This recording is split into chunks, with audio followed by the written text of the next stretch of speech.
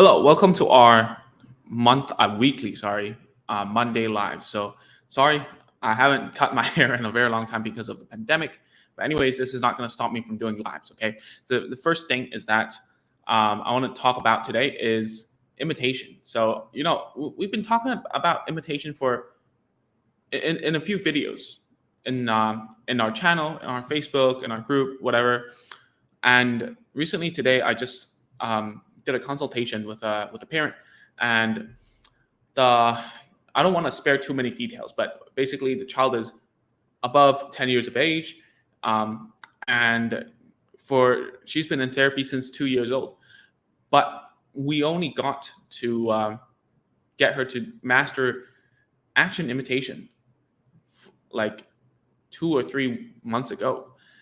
That happened when she started to work with me. I'm not saying that I'm doing a great job or tubing my horn or whatever, um, but I just wanted to share how we got there. Number one, and number two, why it is. Okay, so the first point is that how we got there is basically by teaching the child that there needs to be a reward system. Okay, for the past, I don't know how many times is that the therapists or teachers would tell the kid to do it and just do it no matter what. Just do it. They don't care if the child is how to say, like, refusing, protesting, lying on the floor, biting people, whatever, which she does still to this day, and and she was never really rewarded. And I was talking to her therapist. I'm not saying that because I am in a different country from where I'm from. Okay, I used to be I am from Hong Kong, and now I'm in Indonesia. So I'm not saying that the therapists here are not qualified or whatever. Just something I want to tell you. Even if you go to like anywhere, you will come across that therapists and the child, they do not sync up, they don't match. And for myself, I as well, even in Hong Kong, loads of parents left. It's a hurt to my ego, obviously, but at the same time, that's fine because you need to find a therapist who will be of a good match to your kid. And I cannot tell you that without seeing your kid that, oh, I can teach your child everything. I can promise you whatever. Okay, so I can never promise you anything. Okay, parents always ask me, oh, does this work? Does this method work? Does your method whatever? I don't know. I really don't know. I cannot say it like that, right? If you were coming to me for something else, right? If you were asking me about how to run a clinic, how to do a business, I can promise you things because I know how to run this for a very long time. But when it's up to like teaching special needs children, each of them are different. It's very difficult for me to promise you that, oh yeah, they're going to talk in like 2 or 3 months. Or, when parents ask me, how long will I see results in?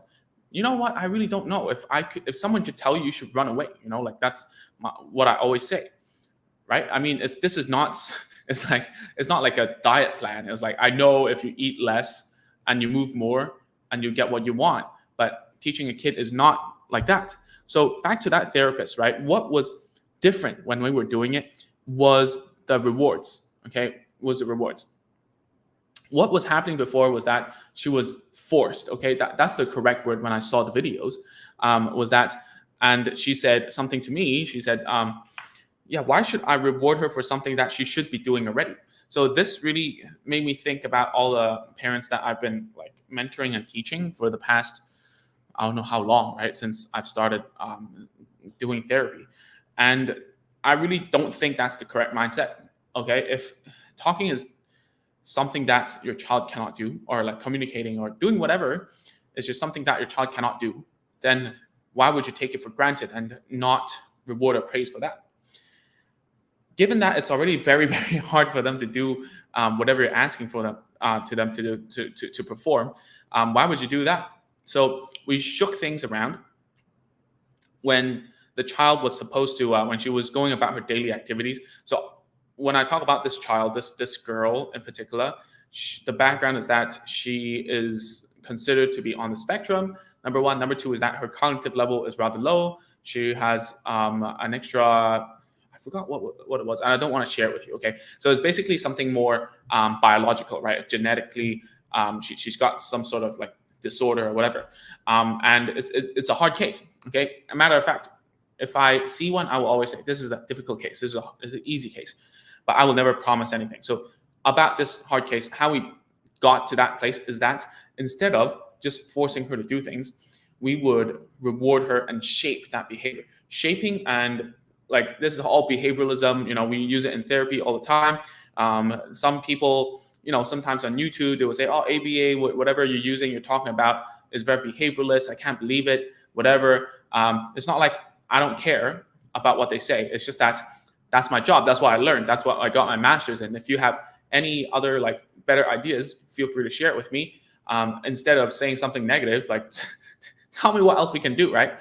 And then just to share a little bit more personal stuff with you. Sometimes I get comments saying, "Oh, I don't care. Like, I can't believe you're sharing something so unscientific about whatever," And one of the comments said, I do read the comments sometimes, and then they said something like, "Oh, you don't. I can tell that you don't care about your students or whatever, or clients or whatever." Well, like that's a personal attack for something that is rather like about scientific research.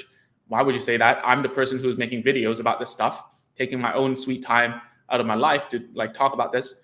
And I don't think if someone had a better idea, they should, or you or whoever should go ahead and make more videos and teach the world and how to do it, right? So anyways, whenever the child, back to that case, right? Whenever the kid had to do like everyday activities, before she was forced to do it, she would lie on the ground, she would bite people, would hit people. What we were doing instead was to shape her, was to give her the reward in advance while she was performing it. So she was rewarded to continue her daily activities. We would never force her to do it or whatever. When she started to do it, we just played the music because that was her reinforcement, her reward, right? So that made her mood a lot easier to handle, like a lot higher, her mood. She's smiling, everything. I just want, when I tell her to sit down, when the parents tell her to sit down, it's much easier than before because she knows that she has something to look forward to, right? So when you are, when you're teaching a child who has very, what we call like a nonverbal kit, right? When they are stuck with imitation since 2 to like 10 plus years, that's like 8 years, all parents would be very, very beaten down, at that point in time, where they've tried everything and whatever, and finally they see some sort of like progress, which we have. Of course, we're going to do the same thing that we see as working, which is rewarding. Okay, and this is something that I want to tell you as a parent, is that if you want your kid to advance and you don't reward their behavior, you're just asking for it to go away. Okay, all right, so Bella, I don't know how to say your name. I guess it's Bella. Bella? I'm not sure. Anyways, so ABA, I mean, you can just search on my YouTube channel, right? Agents of Speech. You're on YouTube, so you can just search ABA on our channel. There are a few videos there already, okay? I'm not an ABA practitioner. I'm a speech therapist, but I've worked there before for less than a year, and as a matter of fact. But at the same time, I've had quite a big exposure to it, given my working circumstances, which I'm very grateful for. So, for what it's worth, we'll talk about this later on when I finish talking, okay, about what I want to share today about imitation, okay? So the second point I want to talk about was why it didn't work before. So you see, this parent was going through a lot of therapy, no matter if it was outside in Europe. That's what I won't say the country, like in Europe. And then now she's in Indonesia trying to seek for therapy. What was the difference there? Well, the difference was that she had a goal in mind. Okay. Before, when she was like, the child was smart in a way. I wouldn't say her cognitive ability is on par with her, like, with the peers, obviously. But at the same time, what she was doing was she was guessing what you or the therapist wanted to do. So whenever whenever the therapist asked her to do something in her therapist tone, right, what would happen was that she was already doing the thing without listening. So therefore, she's not processing any of the words or the command or the whatever. She's just looking for a way out. She's just looking for a way to finish the task and get what she wants or get out of here, right? For the past, she just want to get out of here. Okay, so that's something that was also happening. That's first of all, she was guessing a lot. And how we got rid of it was that we would hold down her hand and don't let her give a response. And only after we say something, we let go and we let her know that there's a turn taking going on, right? That's something that's very important when we're teaching nonverbal children, is that the command or instruction is very clear. It's like, do this, your turn, finish, reward, like that, right? And that's something that I guess the distinction between nonverbal and pre-verbal, I'll talk about how I think about it. Obviously, there's a textbook definition of that. I don't have it here, I think. Anyways, but how I think about it is that if your child is below 4 or 3.5, I would guess, and they haven't spoken yet, and they have signs of like communication, whatever, I would say that's pre-verbal, that they don't have enough, like they're not using words yet. That's pre-verbal, not yet, right? Non-verbal is like if they're already 4 and they cannot use words or sounds to communicate, whereas maybe they are already using words for different reasons other than being,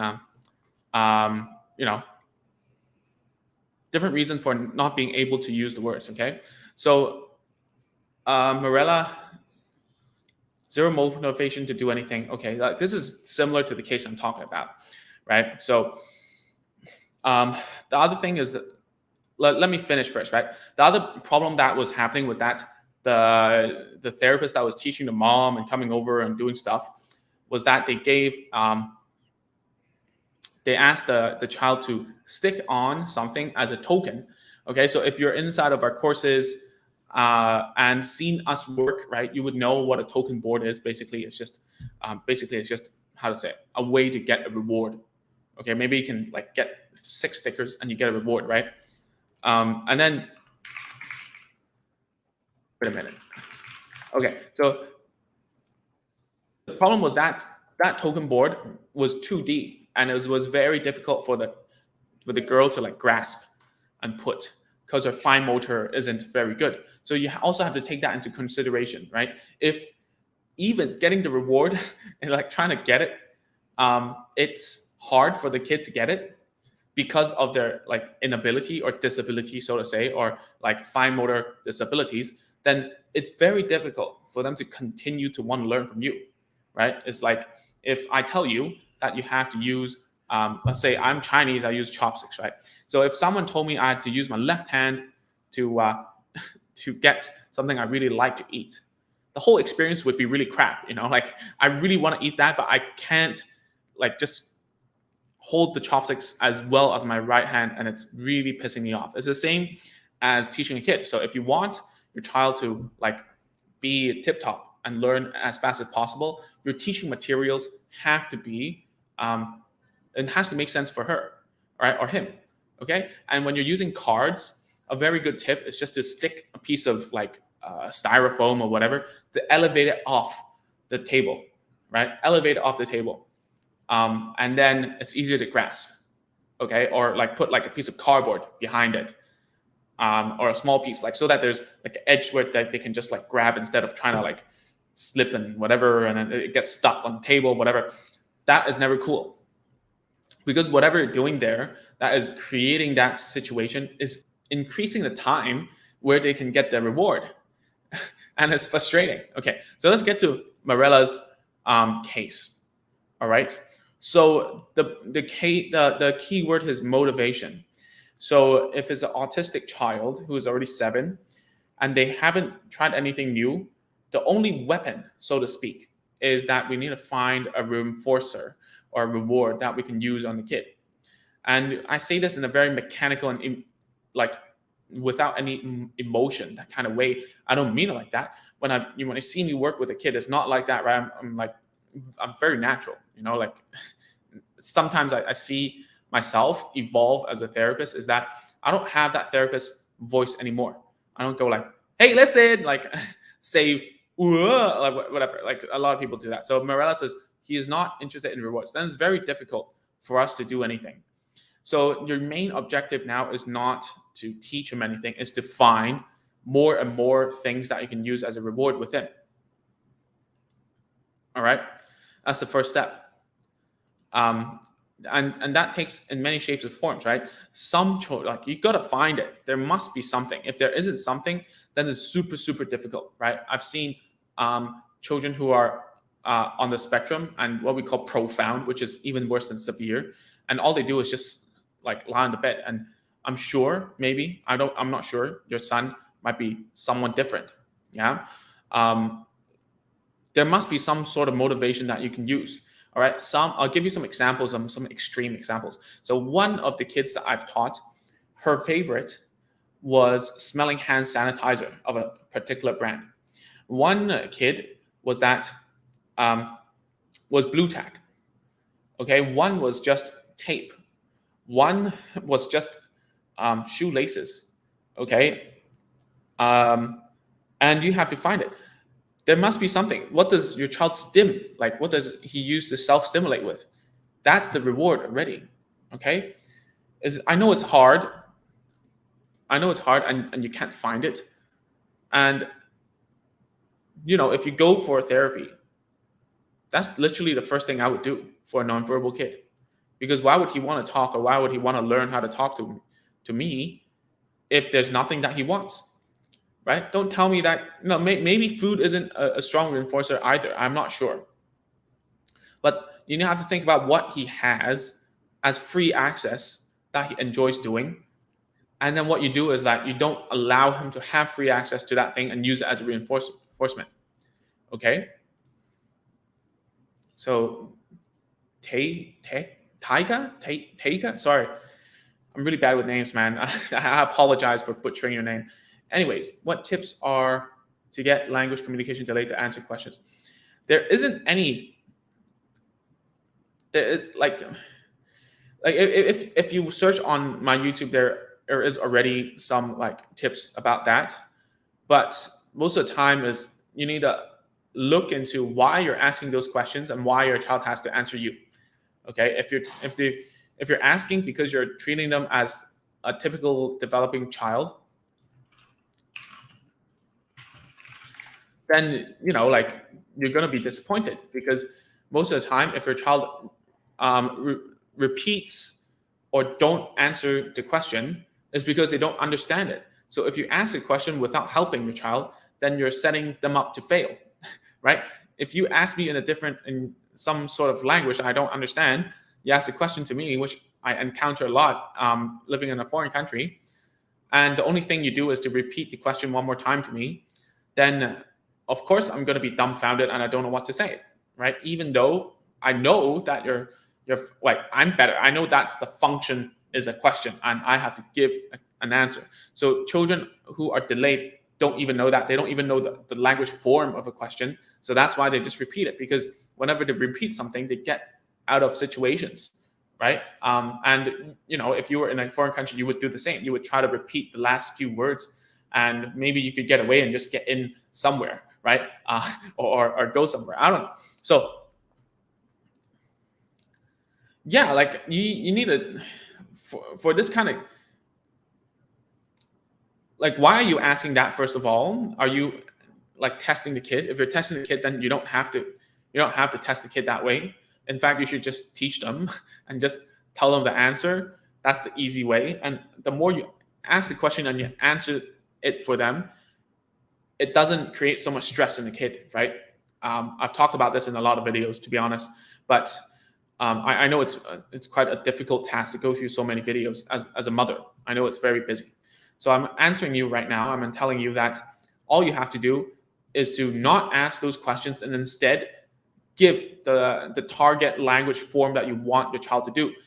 In plain English just means don't ask questions and just describe them how you would want your child to speak. Because if you don't model the language, how would you suppose the child be able to answer those questions in the desired format that you want, right?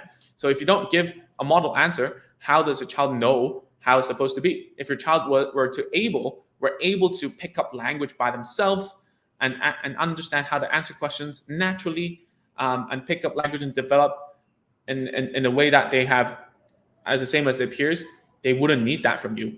Okay, so if you are asking questions just to test them, or maybe most of the time it's just because you're naturally that's how you speak, right? Then you have to change the way you speak to them, because if they don't answer you over and over again, and it's just the same old story every day, that you know for sure if you ask that question they won't answer you, then why do it in the first place?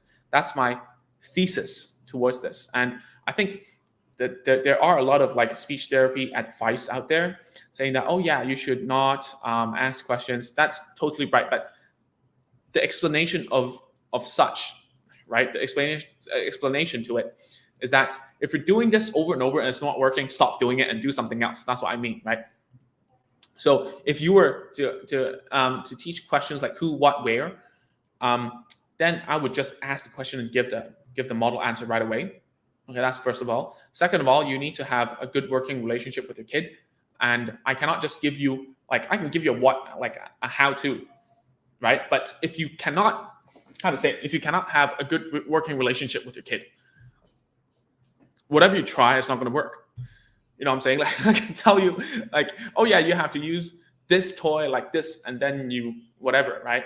But if you cannot get your child to sit down and explain the instruction clearly and tell them that, oh, after this you can the whole thing is fun or whatever, it's very hard for you to execute on it. So my biggest and fastest advice to you is to just model the language that you want to hear. Okay? All right. So at the end of the day, if your child is stuck at imitation or whatever, at a skill for a very long time, which was what I encountered today, the best thing you can do is to sit down and evaluate which two of these that I always talk about. Either your child doesn't want to, or your child doesn't know how to.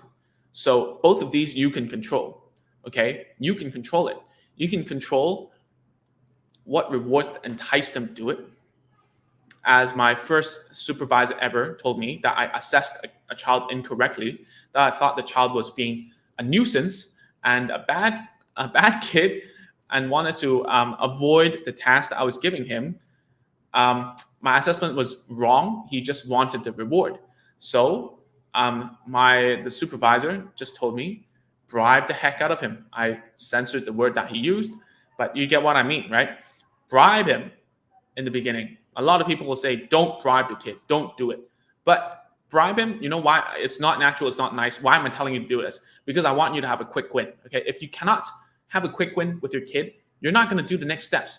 The whole step is like 1,000 steps, man. Like if you can't put on your shoes before a marathon, then you're not going to run it. You know what I'm saying? So I want you, if your kid doesn't want to do it, bribe him. Find the thing that he loves the most. Find it out what it is. Maybe just now Marella was saying, I can't find it. Keep on finding it. Don't give up on it. Find the reward that he needs and wants. And then use it to tell him, hey man, after you do this, you can have it. That's a quick win for you as the parent. Because I've done it 1,000 times myself. I wouldn't say I've mastered it. I don't think I've reached like 10,000 hours of therapy time. That would take like 10 plus years. What I'm telling you is that what worked for me and what worked for parents who work with me, at the very least, I don't know other people, is that if you put the reward in front of them, like hang a carrot in front of the horse, that's the easiest to know whether a child knows how to do something or not. Okay, and if they don't know it, it's also up to us. That's something you can control, of how to give an instruction and teach them and prompt them, right? As another supervisor told me as well, why therapists are so like worth the money is that we know how to give the correct cues and the prompts to achieve something, right? So I would say these two things you have to think about when you hit like a plateau. You think about, okay, does he not want to do it? Is it too hard for him? Can I raise the incentive? And then number two, if he doesn't know how to, is it too hard for him? Can I go down a little bit and meet him halfway and slowly build it up? And then think about what prompts you can give. Is there something visual that can help him? A sensory that can help him, right? A question type that can help him? sometimes you can ask a question as a cue. That's totally fine, as long as they can answer it, of course. Maybe it's like a modeling first. Yeah, maybe it's your instruction that isn't clear enough, which is 80% most of the time. That's the reason why kids flip, because I don't know what you want, right? And I get that sometimes, right? Because I started working with a lot of nonverbal children. I'm better at teaching nonverbal to from like nonverbal all the way up to like sentences. I'm not very good after that. I am okay, but just normal therapists doing like stories and whatnot and verbal reasoning, right? That's why it's been taking me such a long time to do like the course for verbal reasoning for you guys. It's hard. Okay. So, anyways, that's all I wanted to share today. And the last thing I want to talk about is the membership that we have at Agents of Speech. And this is only for people who have already gone through at least one course from us. And this is the paid courses. Okay. There are loads of information that I or we now put out on the YouTube, on Facebook or whatever. And why we're making this so exclusive is, number one, we have a private forum that you can upload videos. We have bi-weekly, means every 2 weeks we hop on Zoom and we watch videos of parents working with the children. It's high commitment, it's difficult, but at the end of the day, we see a lot of progress if the parent really commits. Okay, like sending videos to me, to us, we take a look at it, we tell you, hey, do this, do that, don't do this anymore. The kid is confused here, the kid is happy here, why the kid is like this. We evaluate with the videos, right? It's hard stuff, okay? That's why we want someone at least to go through a course first, right? But at the same time, if you haven't and you still want to join, that's fine, okay? Because I will give you a free like 15-minute onboarding call, meaning 15 minutes, just one-on-one. I will teach you how to use the membership. And then when I'm going to ask and give you my 2 cents about your child after listening to you and just maybe I need like a few more videos with you first before giving you a concrete plan. But I will tell you what to do for the next step. And that's the most important thing. The next step, not 10 steps ahead. Okay. Parents always ask me, what's going to go after, like, well, what's going to happen, whatever, like at 5 or 6 or when they're like 10 years. I don't know, man. All I know is that I'll give you the next step and then it'll be easy to go, like, to keep on going, right? So anyways, Bella asks, is it accessible for me in South Africa? I think it is. So for us, we only take credit card for this one. And it's paid for. We can't do this for free, right? It's just impossible for us because, with the technology, I'm not trying to justify the value, right? I don't mind if you don't join because it's a lot of work for me. You know what I'm saying? It's just a huge amount of work that you give videos to me. And then sometimes if you want to blur out the videos, we go ahead and blur the faces of your kid. I spend like 2 hours on Zoom every 2 weeks, and we have like 3 time slots for people of different time zones. It's a nightmare for me, but I think it's the best thing I can do for you, right? That's why I went ahead and did it, and it's the most like efficient way we can do it. So it is access for everyone around the world, and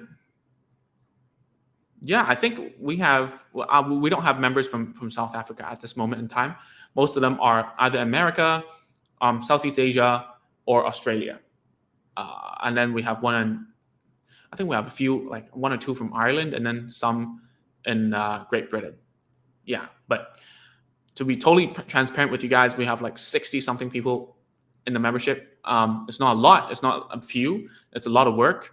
It's been nearly a year. We launched April last year, and we have recordings of every single Zoom that we've done. I'm proud to say that. And if we get more than 100 or up to like 200, I'm going to upgrade the system so it's a lot easier. I'm throwing in some workshops that I'm doing, the recordings inside, where you will not see anywhere else, because I don't want people to take it out of context. Because I want you to, like, for instance, I'm doing one about like speech sounds, meaning if your child has like mispronunciations, whatever, I'm going to put like how I do it there, because I don't want to put it out there, like sell you a course or whatever, and like do it one time or give it to you for free where you won't do anything about it. I want you to try that and come back to me, because it's a how to say, it's like an exercise of doing like mental elimination. It's like, okay, if this is not right, then it's this. If the sound sounds like this, then it must be because of a certain reason. If that's the reason, then we do that kind of thing. So it's a high commitment thing, and I want it to be high commitment with me as well. Like if you're committed, then I'm committed. That sort of stuff, right? So yeah, that's pretty much it. I don't want to talk about it too much. Actually, we only open it like 4 times a year. This is the first time we're opening it. The next time will be open in July, I believe, or June, and then like 2 more times after that. Okay, so that's pretty much it, guys. I don't want this to be like out in the public. You can't even find it on our main website. Yeah, that's how much I want to protect it. I don't want it to be like exploding. You know what I'm saying? Although I think it wouldn't, but I just wanted to make it a little more exclusive so that I can keep my sanity for a little bit. Okay, so that's it, guys. If you have any more questions, please do shoot me an email or shoot me a PM about the membership or any questions that you may have. I'll try my best to answer. And obviously, if you have a question, just search it up on our Facebook group or the YouTube channel first before asking. That saves us a lot of time, because sometimes I just search and send the video link of something that parents want to ask me about, and which is okay. It's just fine. But like it'd be nice if you could do that for me. Yeah, I'll stop talking now. Hopefully this session was fruitful. I'll talk about this. I'll make a longer video to talk about how to get through with nonverbal and how to go from nonverbal to like sentences. It's going to be long videos, obviously, and you cannot take over a course, because all of our online courses are hours long. Like there's a lot of resources. People ask a lot of questions, and I try to get all the FAQs all done. Okay, it's hard work. And that's pretty much it. My email. I guess you're not right. I guess I'll just put it here, right? I mean, yeah, that's my email. All right, please no spams or whatever. I trust you guys. That's why I put it here. Although the channel's growing pretty fast, I'm a little anxious putting it out there. Bots will pick it up or whatever. But it means that you guys aren't on my like newsletter. So get on my newsletter. There's like quite a few people on there, and I send like just cool stuff. That's pretty much it, guys. I'll talk to you.